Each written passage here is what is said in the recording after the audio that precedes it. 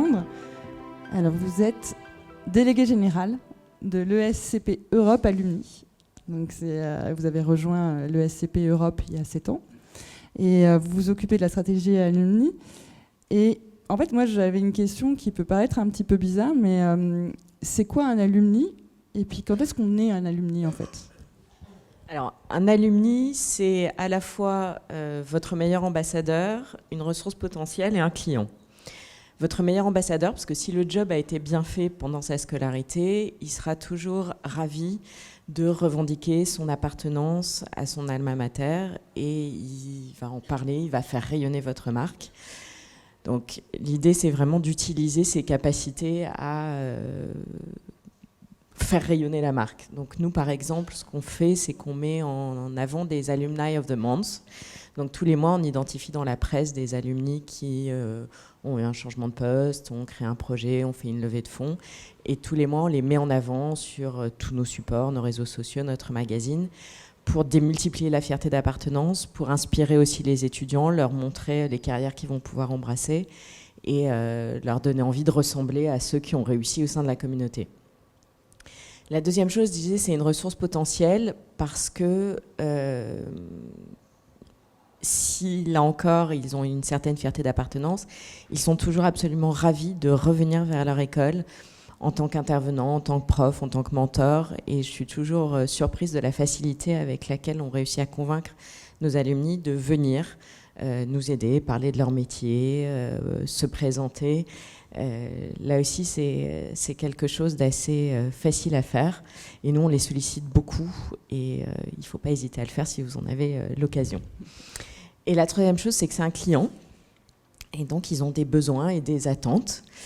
Ils ont... alors, on est passé d'un modèle très solidaire dans les alumni, où par le passé, les gens cotisaient parce qu'ils avaient l'impression de rendre un peu de ce qu'ils avaient reçu.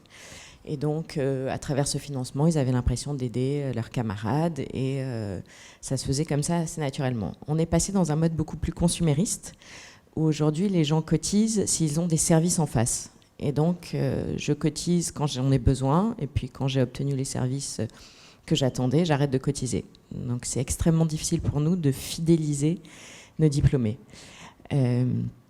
Donc, par rapport à ça, il faut, nous, être en perpétuelle évolution par rapport aux attentes de nos alumni et comprendre ce dont ils vont pouvoir avoir besoin. Et ça, c'est plutôt une bonne chose, parce que ça nous oblige à nous remettre en question en permanence, mais on voit que, par exemple, la recherche d'emploi s'est beaucoup professionnalisée, qu'aujourd'hui, on a tous fait des CV, des lettres de motivation, passé des entretiens. Il n'y a plus d'attente de la part de notre population sur ce genre de service. Donc, il faut trouver comment on les accompagne. Mais par exemple, on voit que faire du réseau, ce n'est pas quelque chose qui est naturel pour la plupart d'entre nous. Et que là-dessus, on peut avoir une véritable valeur ajoutée à les accompagner sur comment on peut mieux travailler son réseau. Donc, voilà, ça nous oblige à être plus performants.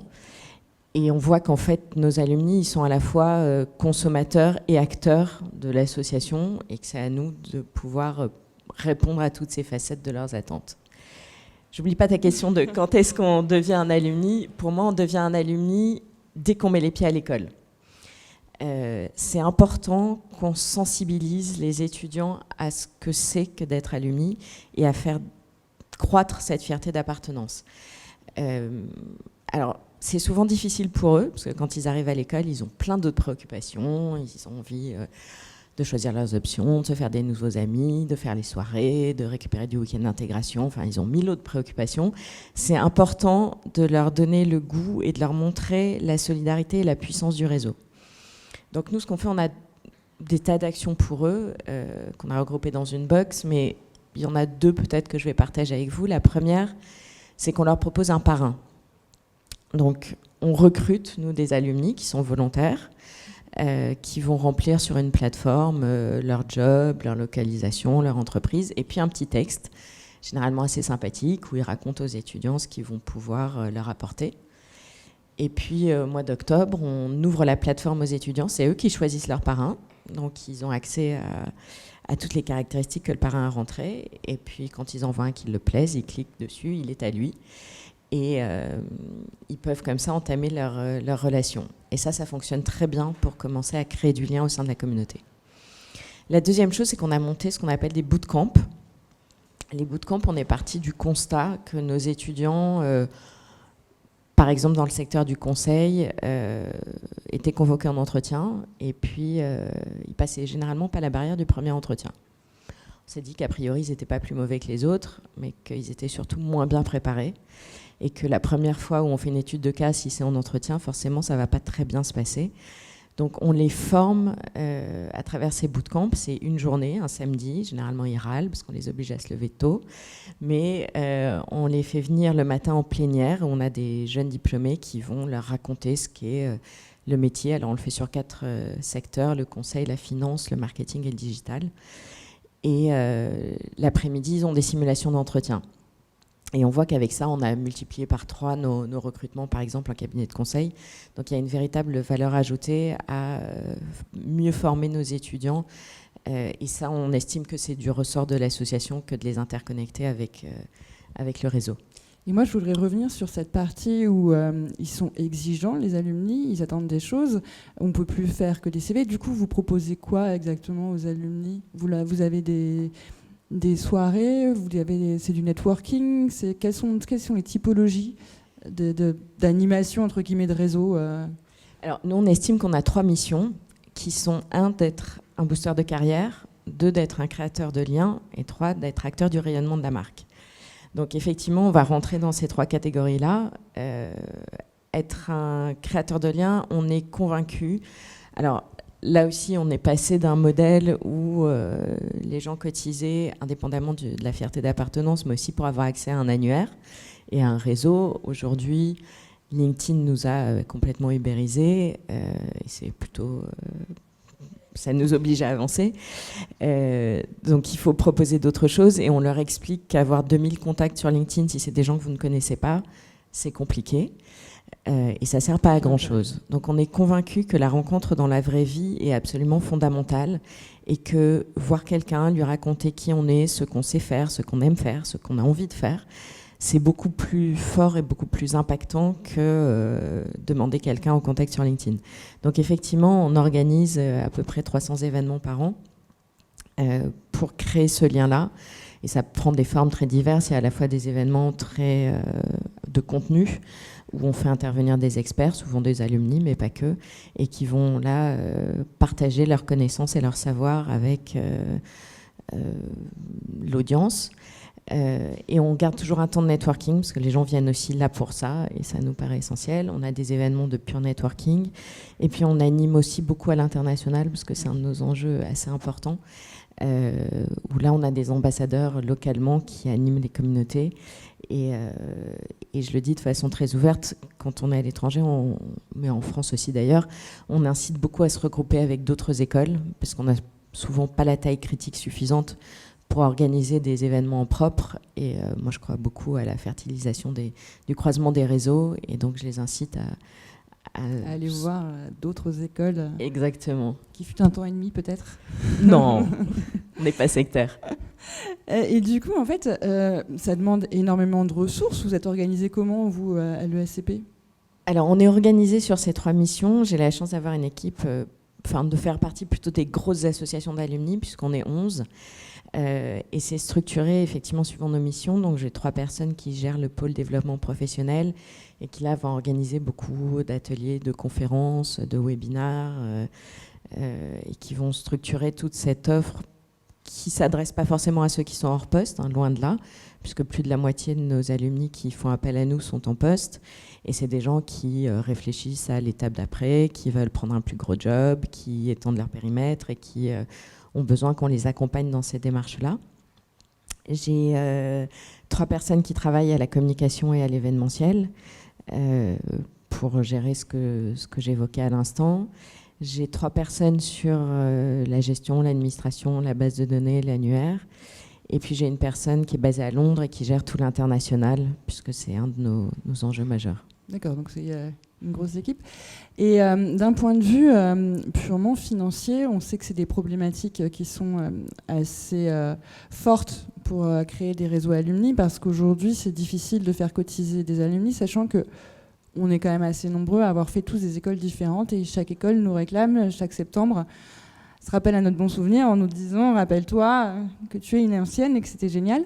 Comment vous faites pour gérer ça? Parce qu'en fait, du coup, comment est-ce que vous créez un sentiment de préférence? Est-ce que du coup vous réussissez comme ça? Ou est-ce que vous avez d'autres façons de voir? On voit qu'il y a des écoles qui choisissent finalement d'avoir des alumni à vie. Donc je ne sais pas quelle est la partie pris qui a été choisie. Nous, pour l'instant, on est sur une cotisation annuelle, mais on est vraiment en train de faire évoluer le modèle, parce qu'on se rend compte que, pour les raisons que j'évoquais tout à l'heure, d'une part, la diminution de la solidarité et la difficulté à entretenir la fierté d'appartenance, on a une décroissance de nos cotisations. Donc effectivement, comme beaucoup, on va passer sur un modèle de cotisation à vie. On est encore en train de le mettre en place et de réfléchir à comment ça va se formaliser.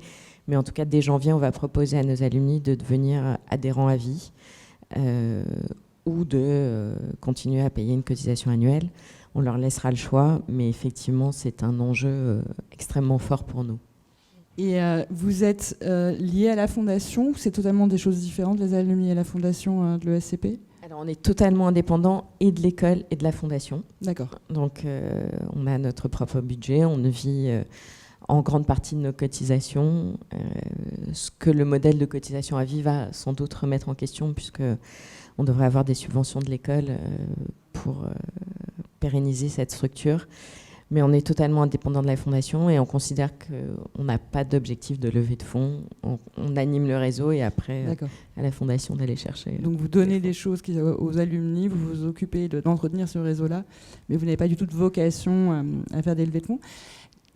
On a tous en tête ce qui se passe dans les écoles anglo-saxonnes, où en fait c'est un peu les alumni rêvés, parce qu'ils ont toujours ce sentiment de give back, ils sont toujours là en train de... C'est quoi? C'est intrinsèquement propre à une culture, c'est intrinsèquement propre au fait que c'est des écoles qui peuvent coûter très cher, mais même on voit quand même dans des collèges qui ne sont pas forcément aussi excessifs que les Harvard ou autres. Comment vous voyez ça? Comment est-ce qu'on peut expliquer cette différence? Alors je pense qu'effectivement il y a une différence culturelle. C'est très anglo-saxon de faire des dons à son école. On en discutait avec Nelly tout à l'heure, c'est effectivement quelque chose qui est vrai dans ce modèle, en particulier américain, qui est beaucoup moins vrai chez nous. On voit que c'est là où la fierté d'appartenance est prédominante et qu'il y a des écoles qui arrivent beaucoup mieux que d'autres. Nous, c'est un vrai sujet pour nous. On a du mal à entretenir cette fierté d'appartenance. C'est un sujet très compliqué. Et donc, on voit que c'est intimement lié. Et puis, il y a parfois aussi la compétition entre donateurs qui fonctionne très bien. Quand on sait qu'il y en a un qui a donné 1 million, on le diffuse très largement dans le réseau parce que les autres ont envie de faire aussi bien. Mais je crois que c'est une différence culturelle. On n'a pas ce truc de vouloir après être attaché à notre école comme on a vécu. Parce que je me demandais, est-ce que c'est aussi des événements qu'ils ont vécu sur le campus qui fait qu'ils ont un attachement particulier? Est-ce qu'on a réussi à comprendre un peu Alors clairement, nous on milite pour que l'école fasse des rites fédérateurs pendant leur scolarité. C'est quelque chose qui nous semble essentiel pour créer cette fierté d'appartenance. Mais on voit que nous, on a 2 difficultés qui viennent s'ajouter à ça. La première, c'est que la notion de promo n'existe plus. Il y avait auparavant une unité de temps et de lieu qui faisait que les étudiants passaient 3 années tous ensemble. Aujourd'hui, nous, on est sur un modèle où tous les ans, ils doivent changer de campus, puisqu'on a 6 campus en Europe.